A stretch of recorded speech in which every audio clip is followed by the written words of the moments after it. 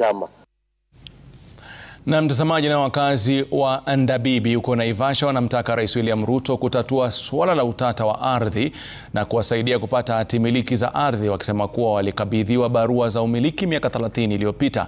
Wakulima hao wanaopata 5,000 wameomba msamaha kwa kuvamia shamba la rais eneo hilo na kuharibu mali. Miezi kadhaa iliyopita wakazi hao wanasema kuwa wamekuwa wakisubiri hati miliki za ardhi tangu mwaka 1998. Aidha, wanasema kuwa eneo hilo limeachwa nyuma kimaendeleo na kumtaka rais kuzindua miradi ya barabara, hospitali na masoko.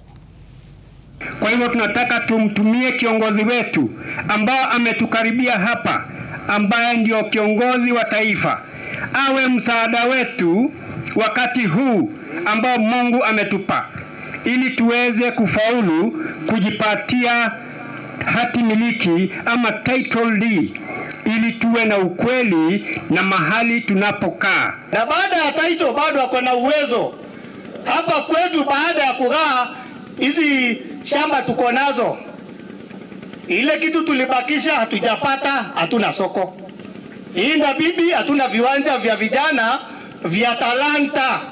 Kwa hivyo tunamkaribisha na hatuna shida. Najua kama kuna makosa mtu alifanya, kusemekana imefunjwa fence ya rais ama imefanya nini, inaweza kuwa ni watu wachache ama ni mtu amefanya makosa bila kujua alikuwa amekuja na njia gani.